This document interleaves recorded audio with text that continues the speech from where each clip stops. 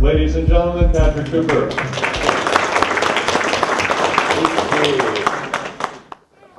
Can you guys hear me? All right, I'm all wired. I was talking earlier, and I hope you didn't hear anything I said before the show started. So anyway, my presentation is a guide to Sasquatch habituation. Before I get started, I'd really like to thank Dr. Johnson because he put this together, and I know it was a lot of work for him to do this. I'm going to move your mic. Oh, okay. I'm a little bit too quiet. Oh, I okay. need you to speak up a little more. Okay. Sorry. Go ahead. All right. Is that better? Yeah. All right. Thanks. Like I said, Dr. Johnson put this together, and he's running the show. So let's give him a big hand for doing this. And speaking of coincidences, a friend of mine was trying to talk me into doing a Sasquatch conference in Bremerton, and like within a month, I saw that Dr. Johnson was doing a Sasquatch conference in Bremerton. So I was like, yes, no, I don't have to do it.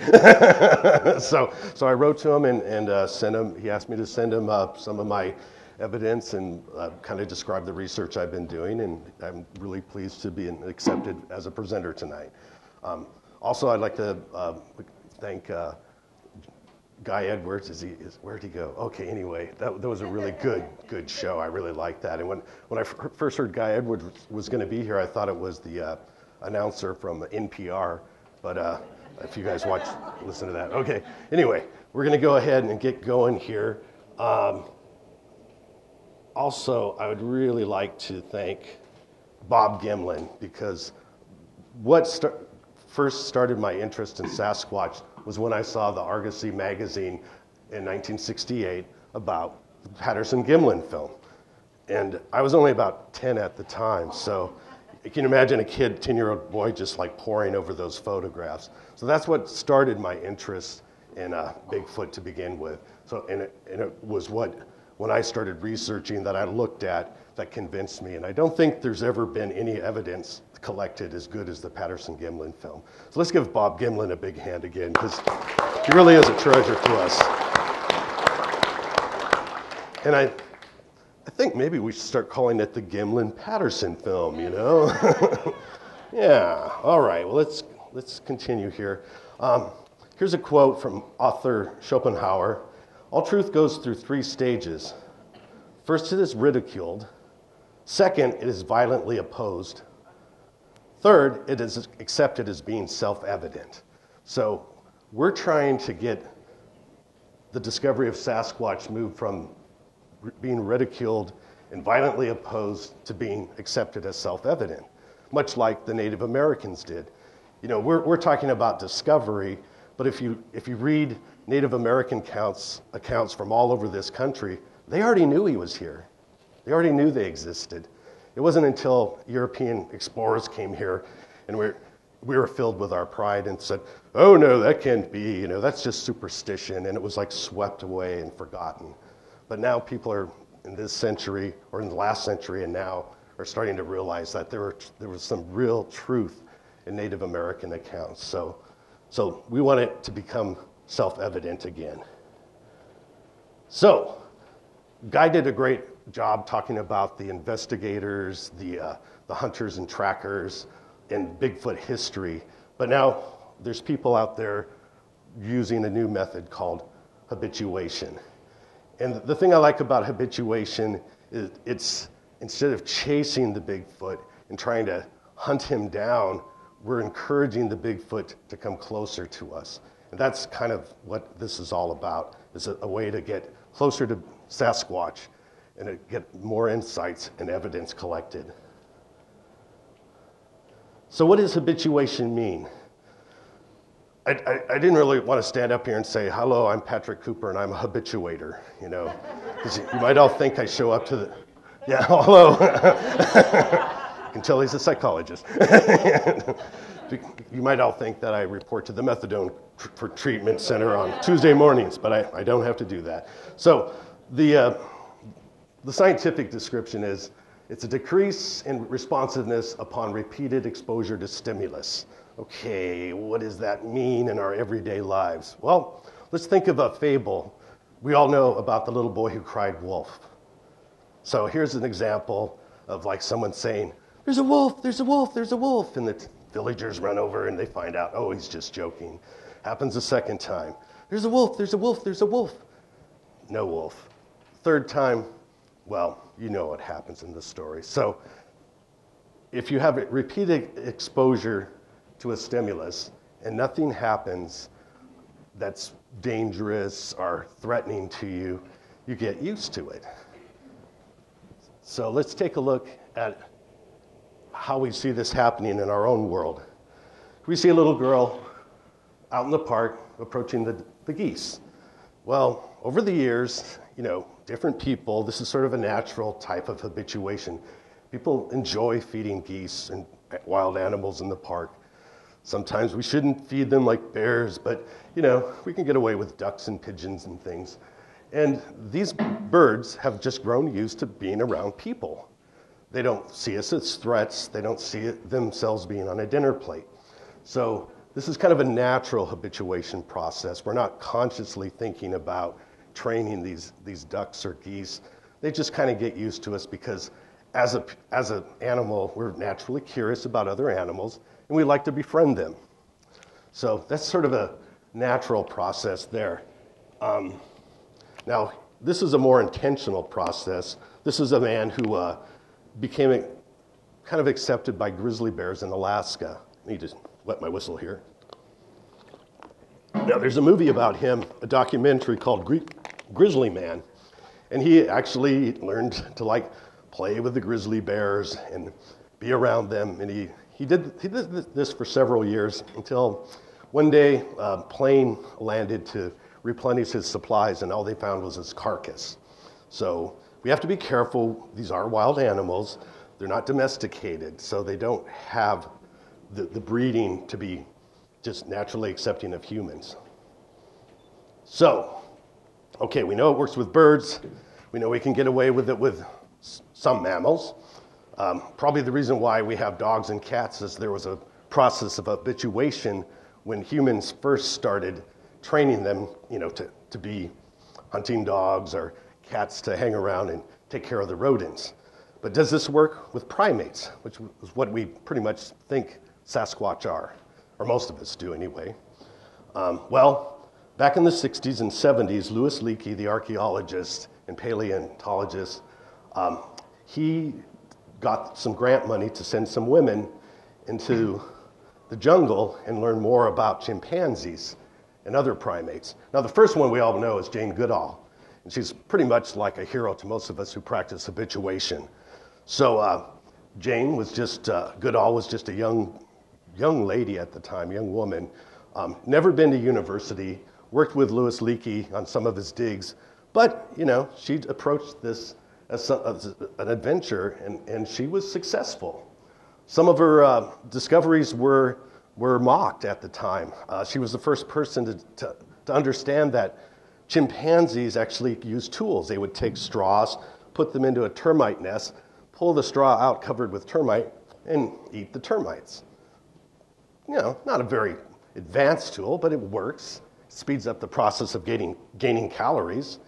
And she was accused of teaching the chimpanzees these tricks in the wild, because here's a schoolgirl just from England. She's just this, what does she know? She calls her chimpanzees names. She's just, they just made up all these things about her, and it wasn't true. What she discovered was correct. Now, another woman we know of is Diane Fossey, who also used habituation, and she learned a lot about the mountain gorillas. The third primate, very few of us heard about, is Dr. Birute Galdikas, a hard name to pronounce, and she admits that she's probably the least well-known just because her name is so hard to pronounce. But she was the one who worked with orangutans, and she worked, her first year in the field, she never saw one orangutan, because most of the time they spend their lives up in the trees. They're arboreal, a lot harder to see. Now, all these animals were already known. They were already discovered. But what we didn't know is how they lived, how they behaved, what they did outside of the zoos. We know chimpanzees in the jungle don't ride around on tricycles and smoke cigars. But what do they do? Well, these are the women who found that out.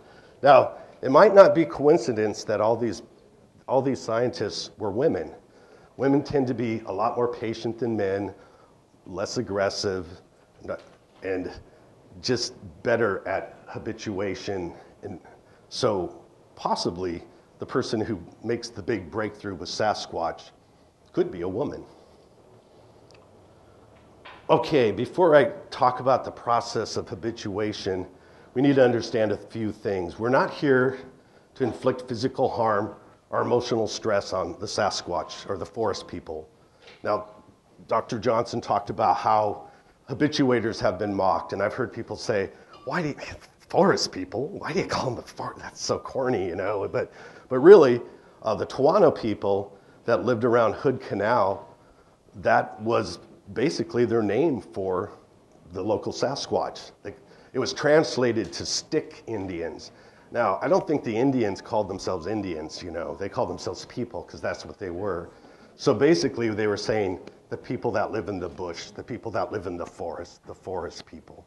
So their description gives us the impression that their knowledge was that these animals were closer to us than any other animal in the forest. Also, we want to, if we encounter Sasquatch structures, we want to leave them intact. We don't really understand if they're using these for communication. Some of these might be shelters they're currently using, but we don't want to interfere with their way of life.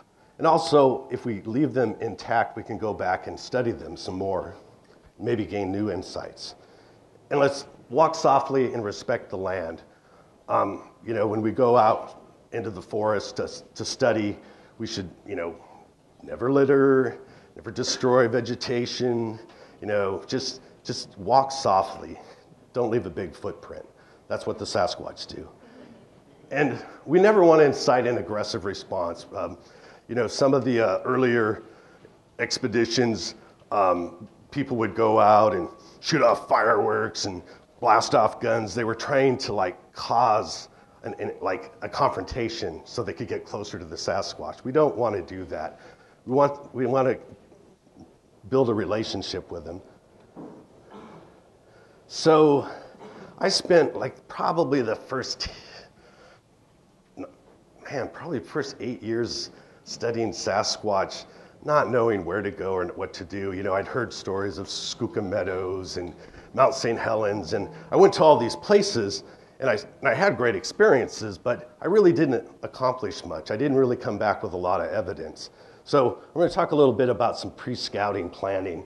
Now, what we can do before we go out in the woods, we can look at online data report bases, because Sasquatch tend to return to the same places the same time of year, so we can kind of get an idea where they are. We can listen to native folklore. Some of the words that places are named, like Skookum, that's a word for Sasquatch. We also can look at local word-of-mouth stories, like people we know, people that know people we know. You know, we can hear stories about where people sighted them before and use that to find places. We want to look at population and rainfall maps. You know, yes, they're in the woods, but we're not going to find them in Central Park in New York, you know. So we want to find places where, when you look on a population map, the least amount of people is probably the best place to go. And also satellite maps. We can find bodies of water that are unpopulated. You know, we see this world through our cars mostly. You know, we think oh, it's all settled, there's people all over the place. But really, when you look at it, like when you fly across the country in a plane at night, there's areas of the country where there's very few lights at night.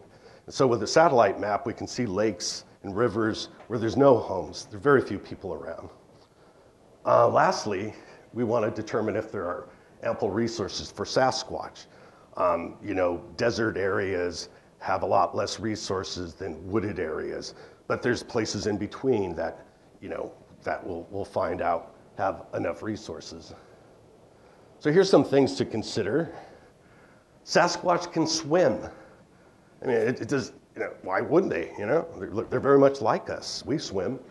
There's lots of reports of them swimming, especially up in Alaska, the lower panhandle in British Columbia. People see them from their boats and really on islands and places. So just because two pieces of land are separated from each other by a body of water doesn't mean the Sasquatch can't swim back and forth between them.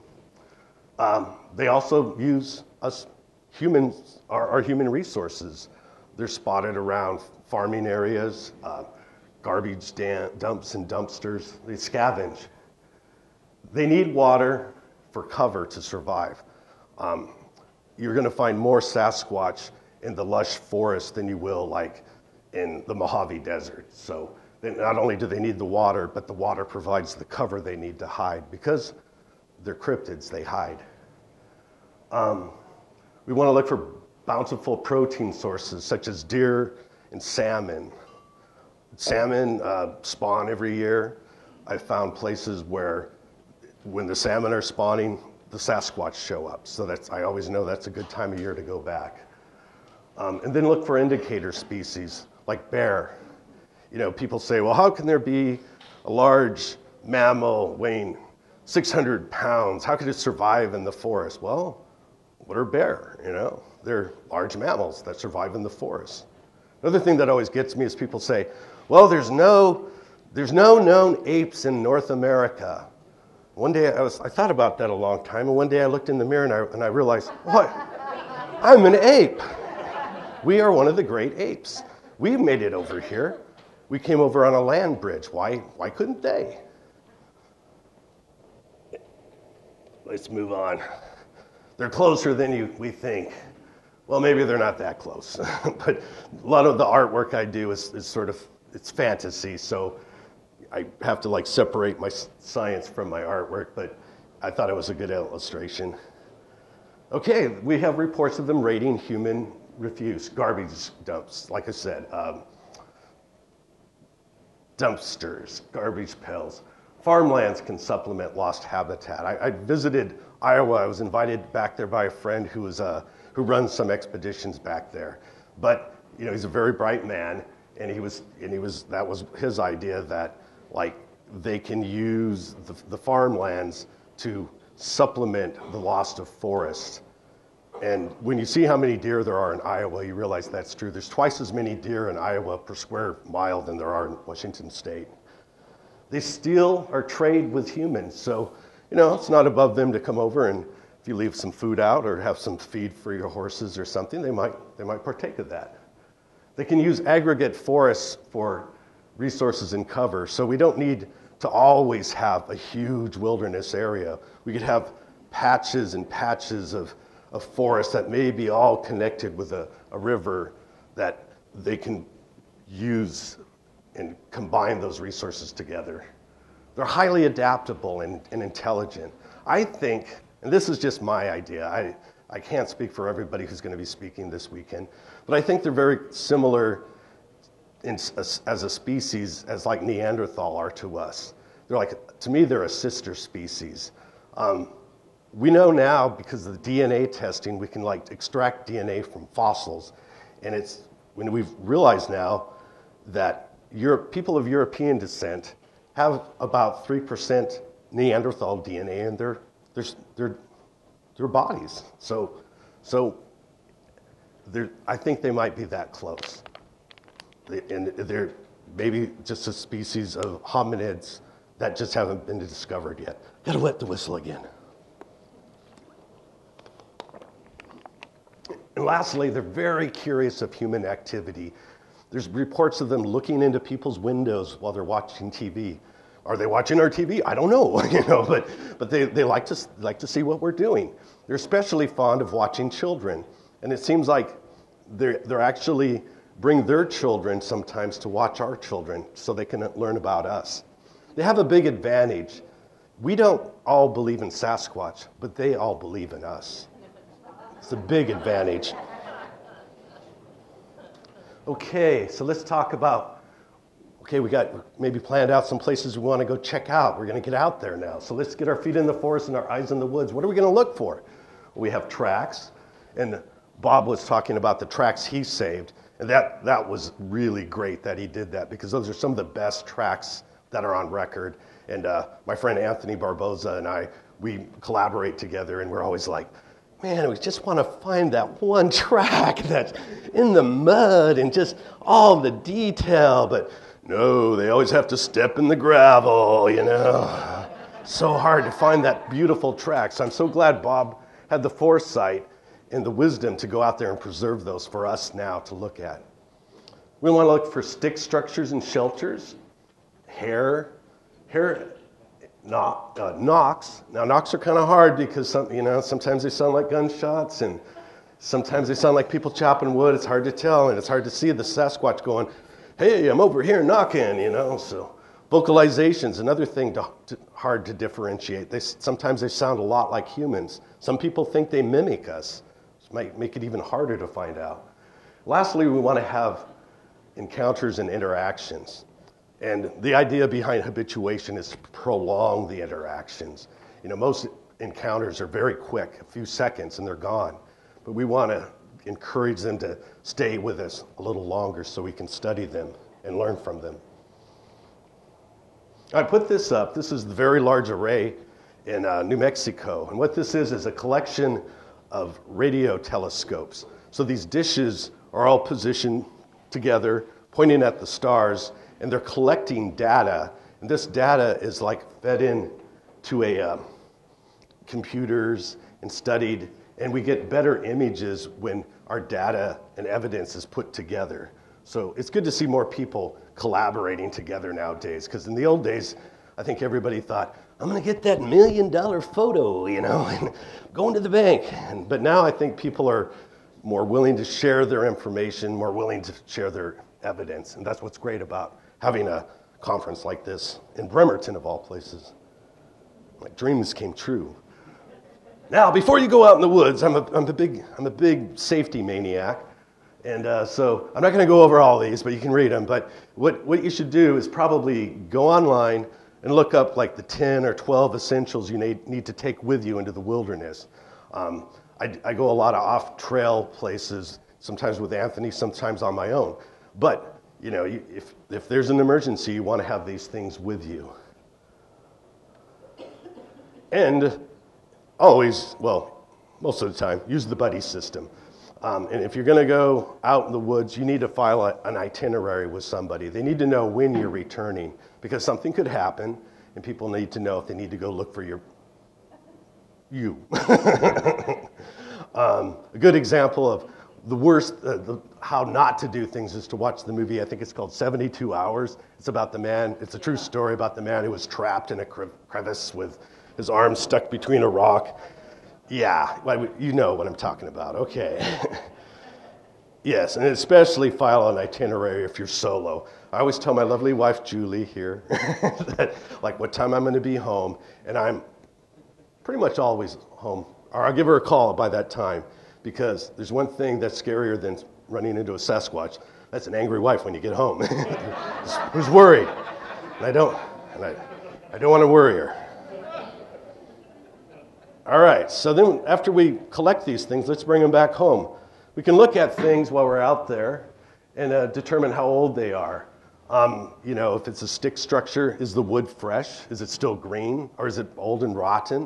You can kind of get an idea how long that's been there. Were there any other signs nearby? If you find one thing out there and photograph it, you kind of, like Guy said, put your skepticals on. You have to be your best. You have to be skeptical about what you find. But if you find other things nearby, it kind of gives credence to what you're viewing. Are there any recent encounters nearby? Yeah, well, if that happened, then there's a lot more to back it up. Could there be can other causes be ruled out? We kind of talked about ruling out, the knocks, the vocalizations, but bear can make nests, bear can break over trees to mark their territory, but when the tree's broken off and it's 8 feet up, it kind of starts ruling out if it's a bear. And weather damage, sometimes a lot of things you find look like weather damage, but if you look at it closer, you'll find some things that change your mind about that. I'll maybe I'm hoping I have a chance to get to some evidence like that to show you. Are there any motives for Sasquatch to be in the area? Like I said, salmon runs, deer in the area. Maybe there's been a clear cut that's moved them out of their old area into a new one. Maybe there's human development encroaching on their area and causing them to move around a lot more. We need to check these things out. And then take time to study this. Don't make your conclusions right off. You might find that if you think about it and go back and study like a couple times or revisit the situation, you might get some insights that you didn't at first. So next we want to look for patterns. This is some snow tracks that Anthony found up in the Olympics and let me share with you today. And he was finding tracks in this one area like pretty much like on a 2-month interval. And it was like just really interesting how it just happened, like, it was almost like clockwork. So we want to pay attention to the seasonal food sources. The first place I started practicing habituation, it's kind of I don't go there as often anymore because it seems like I only get results 2 times a year. And one is like late June, early July, which is berry season. I don't know if that's why they're there, but maybe that could be a reason why. Oh, getting to know you, the actual habituation process. I wish it could be this easy. I wish we could just go set up a game in the woods. Sasquatch show up. I want the piece that looks like me. No, you get the little green hat. No, but anyway, and then I realized that this wouldn't work. It's only good for ages 8 to 14. So let's move on. Keys to habituation: the demeanor of the observer. We don't want to be Barney Fife, all right? Now, the first encounters I had, I was like Barney Fife. I was like, like we want to kind of be more like Andy Taylor, It's like, think of ourselves as being their neighbors, Who do you want next door? Do you want Wilson from Home Improvement, or do you want Homer Simpson, So let's be more like Wilson. So we want to remain calm. We want to be non-aggressive. We want to act natural.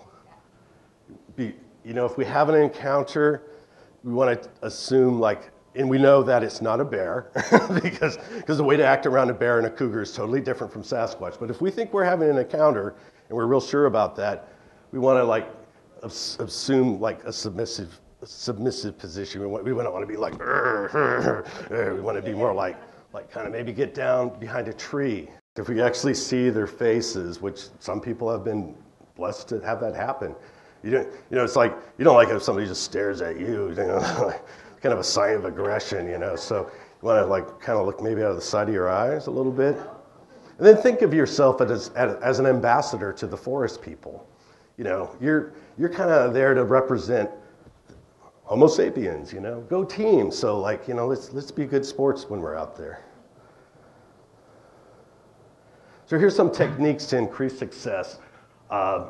Frequent visits, increases the probability of an encounter. The more you're out there, the more the chances are of you seeing them. Most of the reports we see online are from hunters, fishermen, hikers, campers, people out in the wilderness, motorists driving through the wilderness.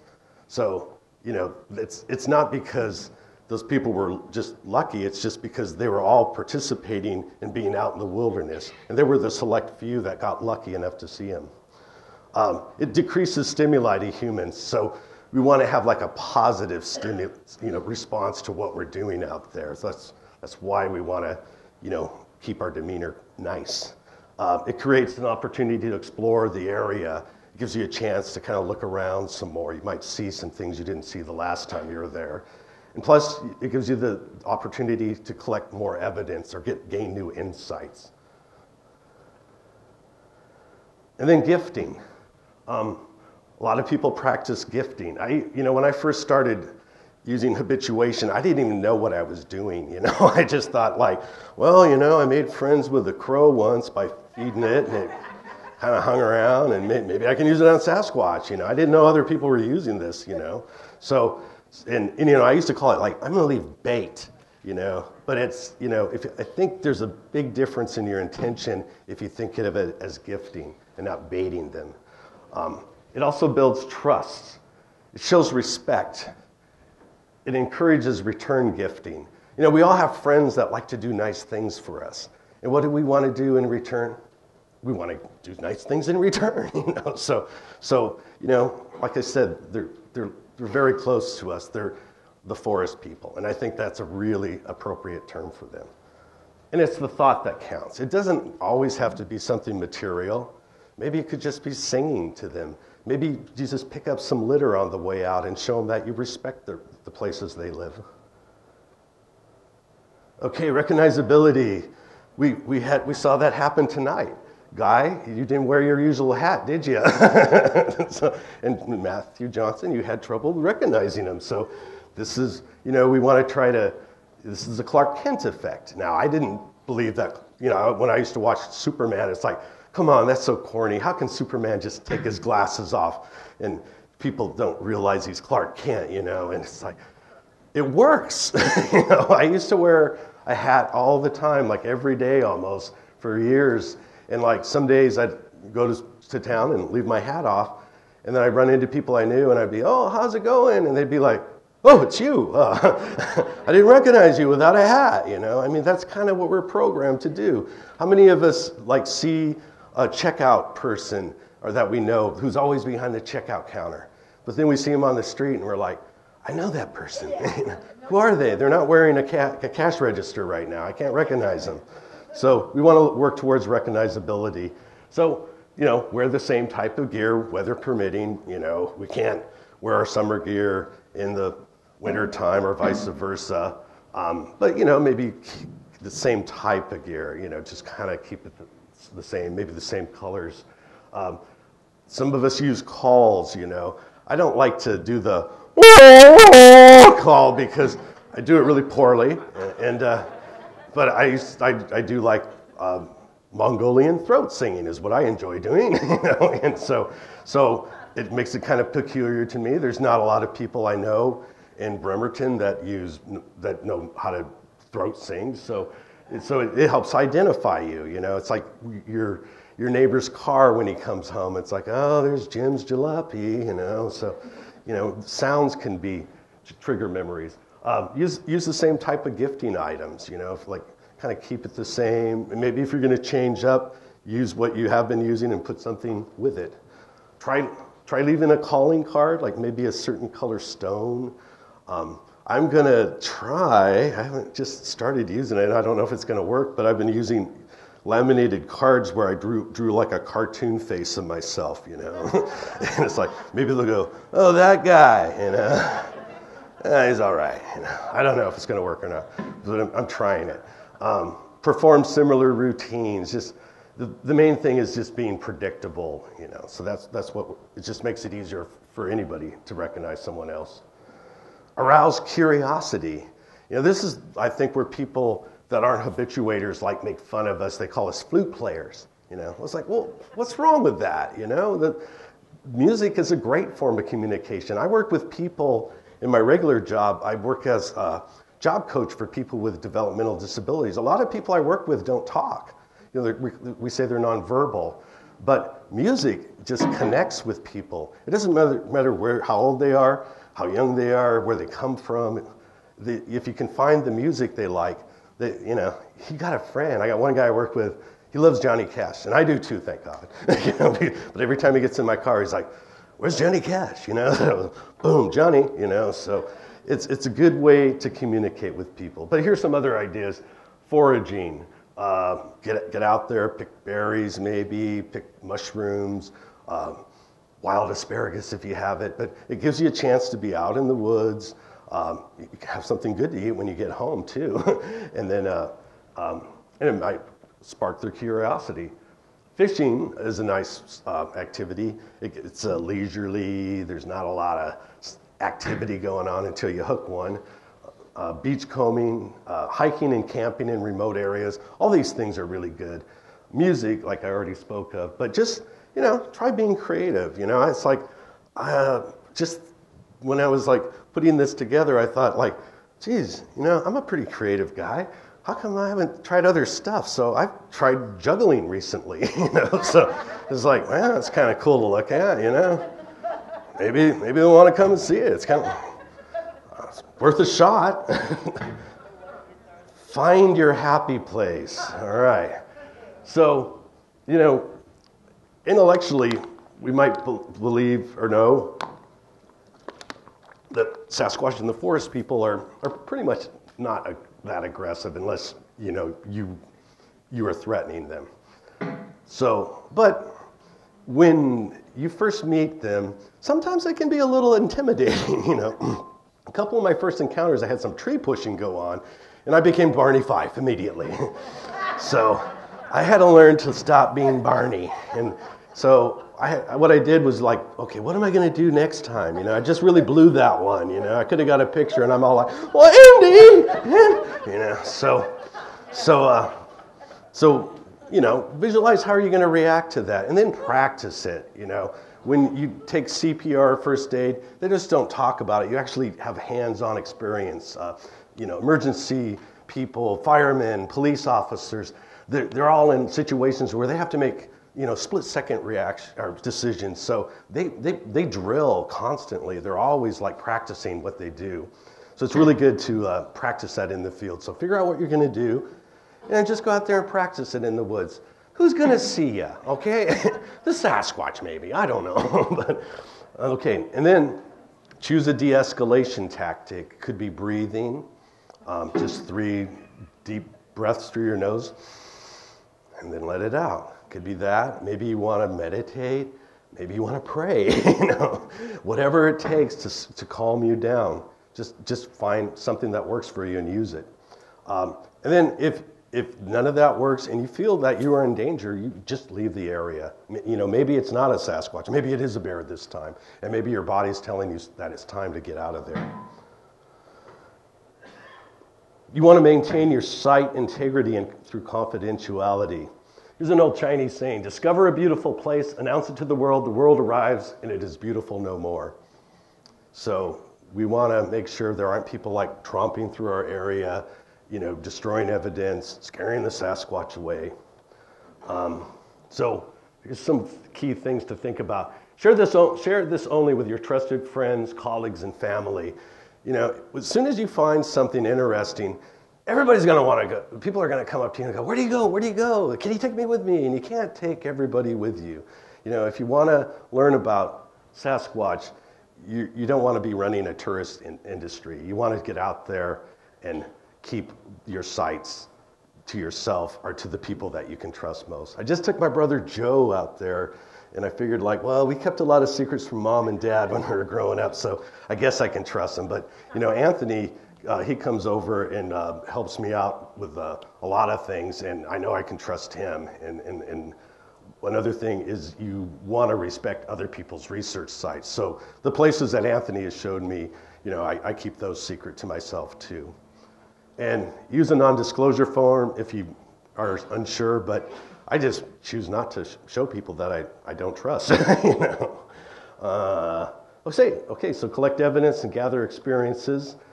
Some of the different ways we can gather photos, videos, all these things here. We want to observe best practices when collecting evidence. That means if we have some hairs that we find that we suspect might be Sasquatch, let's put on some gloves, let's try to keep our DNA out of it as much as possible. It's almost impossible not to expose things when you're out in the woods. It's not a laboratory, but let's do the best we can. We want to collect things like hair. Don't put them in plastic bags. They can outgas. It traps the moisture. It makes things deteriorate faster. And also when best practices too is when we're sick or ill, we really want to stay away from the Sasquatch because we might have something that they have no immunity to. We don't want to harm them whatsoever. Concerns and ethics. Well, these are easy: trespassing, vandalism, state laws. Are we stressing them out? Are we going out there too often? Are we making them overly dependent on us? That happens in Africa. People have habituated gorillas to the point where in some areas they have no fear of humans, and poachers are taking them and slaughtering them. Are we attracting other animals? Yeah, we don't want to have a bear there the next time we go out. Are we respecting their habitat? Are we protecting their way of life? And when they are finally discovered, according to Western science, there's going to be a lot of ethical questions that we'll have to deal with, and that's going to be a big challenge.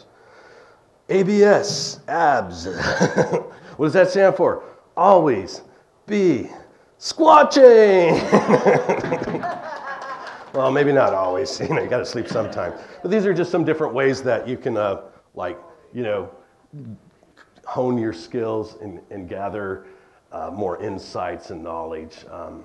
I had to put this up because my son-in-law here said, I showed him part of this when I was working out. He's like, you got to have that how they always do in those PowerPoint presentations where it spells something. So I figured I'll never see my abs again, so this is the only way I could see them. So why do we want to discover them? Well, right now they're not protected by the law, except I think in Skamania County. So there's TV shows where people go out hunting for Sasquatch. Yeah, with guns. Yeah. Which is a bad idea just from a human's point of view, because I'm bipedal. Sometimes I'm in the woods at night. I don't want to get blasted. But to me, to kill a Sasquatch is the same as murder. We want to help in the creation of preserves or preserve habitat. It's probably going to be hard to have a Sasquatch preserve, because if you put a sign up, do not enter Sasquatch preserve, like every yahoo in the country is going to be there. So I don't know how that's going to happen. We want to prepare for the future. I think they're probably doing fine right now, but 100 years from now, how many people will be on this planet? How many countries will be industrialized? And what kind of strain will that put on the resources of the world? So we need to start thinking about these things. We don't want to see them go extinct. And there's just something about losing a creature, that God created, is that, to me, to allow it to become extinct is just wrong. Self-understanding. Maybe we can learn more about our own selves by learning more about them. And self-preservation. Maybe Sasquatch are our indicator species. Maybe when they're gone, we won't be long after that, so just an idea. So let's talk about how long the process of discovery goes. I said before, the Native Americans, they'd already discovered them, but how we are like, hey, Columbus discovered America. And they're like, really? We were already here, buddy. But let's just talk about Western science. Case in point, our own sun, something we see every day, something everybody who's lived, who's been a human on this planet has seen and experienced. Even those who are visually impaired feel its warmth. Well, for years we thought the Earth was the center of the universe and the sun revolved around us. We still talk about it that way. We see the sun rise in the morning. We see the sun go down. We say, did you see the beautiful sunrise this morning? We don't say, wow, did you catch that first 8 degrees of the Earth's rotation this morning? That was great. And so how long did that take? Well, it took about 18 centuries, 1,800 years, for the idea that the sun was the center of our solar system and the Earth spun around it. So that's a long time for that idea. And we've only been, as Westerners, looking into the Sasquatch phenomenon for less than a century, hasn't it been? Yeah. So we're just starting this venture. So, do I have a little time to show some of my evidence? I do. Okay. How much? About 15. Okay. All right. Well, so we're going to go through a little bit of the things I've found over the years. This is the first track I ever found on my own. And this was at the first habituation site. It was 16 inches, about 8 inches at the top. I was following and I just got lucky. I mean, that was one of the times I got lucky. But I had several encounters. My Barney Fife encounters happened like the year after that track was found. But this stick structure here, this is an asterisk type structure. You see this a lot. And you probably see some of these out in the hallway here too. So we're going to stick mostly to the second habituation site because I've had the most success there, and it seems like they're there more time out of the year. So anyway, I was out foraging. It was a bad year for chanterelles. I love picking chanterelles and mushrooms. And my places were just, nothing was going on. So I started looking around, and I found this is a pretty large teepee structure. It's about 20 feet high, and it just looked odd. It just looked strange to me. So I took a picture of it. It's like, well, maybe it's Sasquatch related. I don't know. But I drove down the road a few miles, and then I found this track on one of the road embankments, and it's once again the gravelly track. So I started checking out the woods there, and started finding these like broken branches. This one was kind of interesting. Oh, I brought my pointer. My father wanted me to have this when I was old enough. So anyway, this is kind of cool because this piece of cedar here is it's fresh. It's not rotted. The bark's been peeled off of it. So it's not like something that would just break easily. It was twisted around this broken branch. And then there's this other little piece of twig just kind of pinning it in. It just seemed kind of ingenious to me. You know, and I don't know what it means, but I took a picture of it. So I kept going back there for several weeks. And one day I walked to the top of a ridge, and there's this circle. And this is one of the pictures I took up there. And I was sitting up there having lunch. I hadn't had any encounters or anything happen. And I started hearing something coming through the brush. And after you have a few Sasquatch encounters, you just kind of know what they sound like when they walk through the brush. And I remember thinking in my head, oh, here they come, you know. So I got down behind the tree, and I breathed, and it just stopped moving, you know. And I just kind of like, well, you know, maybe I'm wrong. Maybe it's like a raccoon or something. And it's winter time, kind of not usually when you see bears. It's in December. And then, like about 50 feet in front of me, I hear like this snap, and I'm thinking, that's really close. So I just kind of, I couldn't see anything through the brush, so I just kind of kneeled down, and I held my camera up over my head, and I started snapping pictures. And then I got that feeling like, you don't know what that is. You need to get out of here. So I left, and I went home. I didn't see anything, but I looked at this picture. I saw this little head shape in here. And when I blew it up, oh, you can't really see it. Usually you can see the eyes a little bit more, but they're not. So there was anyway this head shape, which I thought was kind of strange. So I started looking through the other pictures, and one of the other ones, well, they all had like in the same spot, this like little shape right in there. And this one, when I blew this one up, you kind of see like a sloped head here and in back, maybe some shoulders. I don't think this is a nose. I think this might be just some leaves here. It's kind of, they sort of like play peekaboo with you. They just kind of peek through the brush and watch you. So here's like a recreation. You can kind of see the eyes a little bit better in this one. So I went back. It was easy to find the spot, this tree with the moss hanging down from it. Set up, this is like a 6 by 12 inch grid made out of a old Seahawks license plate holder. but it works great because you know what size it is. And this is about as far as I could get it up close. And so this is about 6 inches wide. This might be a little bit wider. Hard to tell with all the vegetation around it. So it was really good to go back and like recreate this. No stumps or anything back there. In fact, the first time I went back, we'd had snow, and like all the brush was all, you know, pushed down, so it was easy to see. There's no stump in here.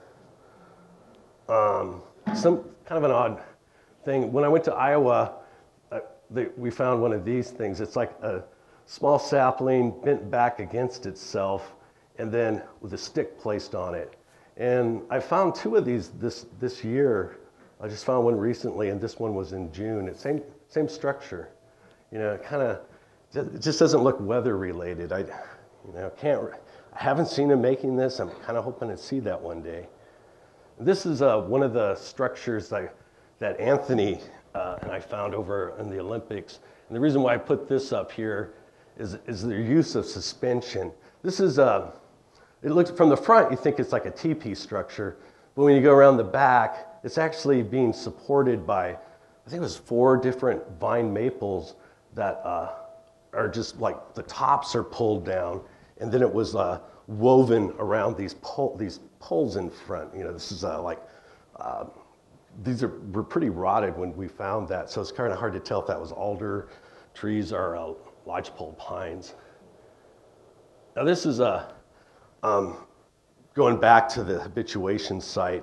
You know, I had that encounter, and pretty close to the same area, maybe a couple miles away. I was fishing one day, got my limit, thank goodness.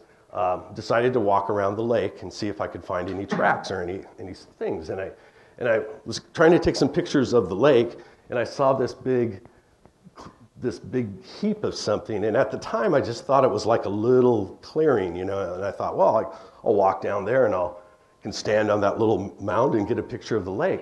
Well, when I got down there, these are like limbs about this big around, and you know, some of them are like 10, 15 feet long, and they're all like crisscrossed like that, about 3 feet, piled up about 3 feet. To me, I thought they were piled up, but I'll show you in a minute what really was going on. About 3 feet, okay? So let's take a look inside. Oh, here's the roof in the interior. So you can see it. So what they did, or what caused this, or what's going on in this, can't say for sure it's Sasquatch, but you know, it was interesting to me. There's evergreen huckleberry bushes. They get about 8 feet tall, 7 feet tall in really lush areas, and this evergreen huck was just like bent over with the weight of all these limbs on top of it. So it created this really nice little chamber inside, about 7 feet long, 5 feet wide. You know, you think like, well, you know, this is kind of small for a Sasquatch, isn't it? Well, if you're trying to conserve heat in the middle of winter, you kind of want small places to shack up in. You want to conserve that body heat. That's the ceiling. This was kind of interesting. This is like an arch site I found. Now, this tree, I haven't figured out what this tree is. I thought it was an alder, but this fall I figured out it's not. So I don't know what it is exactly. I've got a short video that'll kind of explain this. Before I start the video, I'll just tell you that I went up to where I showed you those face photos. Had been going back there for about a couple months. Nothing happened. Was just seeing like branch breaks, kind of expecting to have an encounter. So I went up to the where I had the encounter before, and I decided just to take a walk down the hillside to the next logging road down. This is like a gated road, no motorized vehicles allowed. And on the way down, I started hearing some knocks, and it was, you know, and I did my call that I do to let them know it was me, and then I just kind of continued walking down, and when I got to near the bottom of the hill, I found this asterisk, and I was kind of creeped out, you know, because it just looked kind of weird, and I could, you know, and I just knew they were around. I heard a whistle. Let's see, walking down the hill, yeah, up to the right before I got to this too, just heard a really loud whistle. I didn't have a sound recorder at the time, so I didn't get that whistle. That's where they're anchored. There was a small tree down with another small tree crossing under it. Oh, let's see here, like right here. So this small tree is holding down this tip of this small tree, and these are the arch tips right here coming down and like woven underneath those things. Seems kind of unlikely for weather damage. This is like looking at the 3 arches, and then here's the big arch, the top of it coming down behind me. So it's really, it looks like an art installation is when I saw it. I was like, wow. Oh, and here's the base of the, oh, sorry, wrong one. Yeah, so here's the base of it here with me standing by it. I wore orange so I'd show it better in the photo. And so it goes over this way, and this is where it comes down. And it's just kind of woven into these small alders that are standing upright. There's nothing really holding it down. We're running out of time, so I want to just kind of go through these quick. So these are the stick structures. This is like another small kind of stick-looking structure. The asterisk that I first saw. And this was interesting when I went back in Iowa. I saw one back there too. This one's a lot smaller. This is the one here is about yay that high, and this one was just a little critter. But people have shown me ones that are made out of tree trunks. I'm gonna skip this because the audio tonight's not too good. This was kind of odd this fall, or no, actually it was back in December. I returned to the encounter site. Was hearing some knocks. I was looking around. Anthony told me to try looking like higher when you're looking into the woods. Don't look at eye level. Look like you're looking for a basketball player. So I was kind of looking around. I thought I saw the top of a head, and so I kind of turned my sound recorder to that direction, and it was kind of drizzly Washington day. You can see there actually was kind of just a mist in the air, and when I tried to take a picture of it, I was going to lean on a tree to steady myself, and I couldn't find it. And then I just looked and looked, and I couldn't see what I thought I'd saw. So I thought, well, maybe I'm just seeing a tree trunk or something. But I did hear some knocks nearby. I heard a clacking sound in the woods. Took pictures of just in the woods, didn't find anything. But when I got back to my car, there was this huge print on it. That's kind of hard. Now, this is the fender of my truck, and it curves kind of right here. This is where the fender starts curving away from the truck. This is my little finger next to it. So this could be a little finger. I'm thinking that if you hold your little finger up and look at it, our fingers just don't get cut off they're not cylinders, they're not like pipes. They sort of taper off at the ends a little bit, and so a lot of times in fingerprints, you'll see that kind of shape, Now, it's pretty big. Now, it could be read as this is the palm here, and it's just missing the last fingertip, but it just seems really huge to me. I'd like to get Dr. Johnson to let me do an impression of his hand, one of these days. He's the biggest guy I know, So, and here's the detail of the knuckle. This is the benefit of being a slob. I hadn't washed my truck for a long time, so I had it was great. It was this, it was kind of a misty day, so I had this condensation on the truck. I already had a nice layer of dirt on the truck that obviously I'd prepared that, and you can see the ridges and the wrinkles in the skin. It really, and it was really easy to photograph. There was also a couple big, looked like big fingerprints on top. I have a tonneau cover, and there were a couple there, but I couldn't really get a good photo because of the glare and stuff. But this is the palm. This kind of rules out bears, because bears don't have dermal ridges. They don't have fingerprints like we do. That's a primate thing. So that's kind of my interpretation. Here's the fender where it curves away, palm, kind of projected the palm here, and that's the fingertip. But, nothing to prove they exist, but just interesting. We're going to go past this knock. I just want to get to the last photos I've recently collected. Found this woven arch this spring, pretty much the same area, just maybe a couple miles away. And it's unusual for me because most of the arches I find, the tip is brought down of the tree and something's it's tucked under something. But this one is actually a rhododendron with a small alder sapling that's kind of just woven over the top and down under. So it's like this, which is kind of unusual. So this is the last photo I've taken, and this was I heard knocks before. It was an active habituation area, marshy area, deer tracks around, just about a quarter mile away from that arch I just showed you. I was walking around this marsh, and I saw that kind of head shape again through the brush. So I got out my binoculars, and I couldn't see through the brush. I could see kind of the shape, but I couldn't tell if it was a stump or not. It's well, why not take pictures of a stump? It's Anthony's always telling me, come on, you've got digital cameras. It's practically free to take pictures nowadays. So I took some pictures. I got home, and here's the head shape. And the way I got this is I held my camera up over my head because I thought, well, if I can't see it through the binoculars, maybe if I put the camera up over my head and take the pictures, I can get over the brush and see it with my camera. So found this on the film, but still I wasn't convinced it was not a stump. So I went back, and this is like from the same spot. Here you can see the tree, the two twin tree limbs.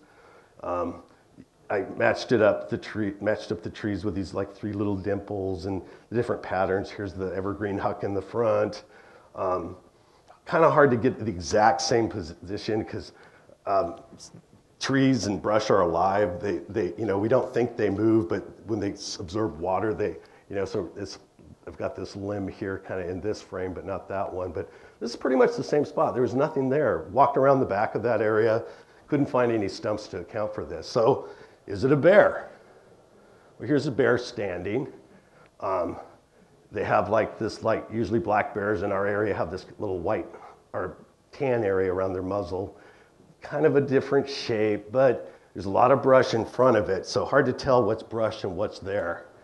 So I did a extreme close-up of it, and I've just pushed the saturation on the film because I was trying to like pick out what's the leafy area and what's the creature back here. And I don't know, to me this looks a little bit like a nostril, looks a bit like an eye. Still, how do we know it's not a bear? How do we know it's not a guy wearing a bear costume? I don't know. So I went back. Anthony helped me just last weekend. We went back to like determine the height. And my brother Joe, I don't know if you can see him in this picture. He's right here. That's his head. He's almost 6 feet tall. He's 5'11". And we took this is how we do things in Sasquatchery. This is a disc golf frisbee right here attached to a cleaning swifter pole. but I marked it off. It's like this was over 2.5 feet over his head. There's like this is a 9-inch disc, and it lines up with the tree here. So we checked out the area. It's fairly level. There's a little dip in it, but we figured the minimum height is 7.5 feet. Black bear in our area, maximum height probably 6 feet, usually like 5 to 6 feet. So what do we do now? Well, what's the road ahead? Well, we can adapt new techniques. I need a better camera, So we can. And one of the reasons why I came here is to learn from other people. I don't know everything. I want to learn more. So that's why I'm here today. Establish contact. That's what we want to do. Somebody is going to be that Jane Goodall that actually is accepted as a member of their society or just tolerated enough to hang around with them. We want to advocate, like I said, for their preserves and protection. I mean, to me, it's like to capture them. To me, that's slavery. These are beings. They shouldn't be like caged up. You wouldn't do that to a person. Why do that to them? Fight exploitation. I'm glad to see that like they're not going to show some of these like hunting Bigfoot and killing Bigfoot shows like some of the networks are refusing to show these, which is good. It's a type of pornography. Educate the public. We need to like let people know this isn't a joke. We're serious. We need to share with them what we found. I was really embarrassed to tell people I believed in Bigfoot or was studying Bigfoot because I didn't like being laughed at, but I don't care anymore. And then, collaborate with scientific institutions. Sooner or later, the scientific institutions are going to realize they're missing out on something, and they're going to come around to us to find out how to learn more about them. And we'll be able to help them, but we'll also be the ones to give them wisdom and give them guidance and fight for their protection. So persevere. That's all I can tell you. And may the forest be with you. Thank you, guys.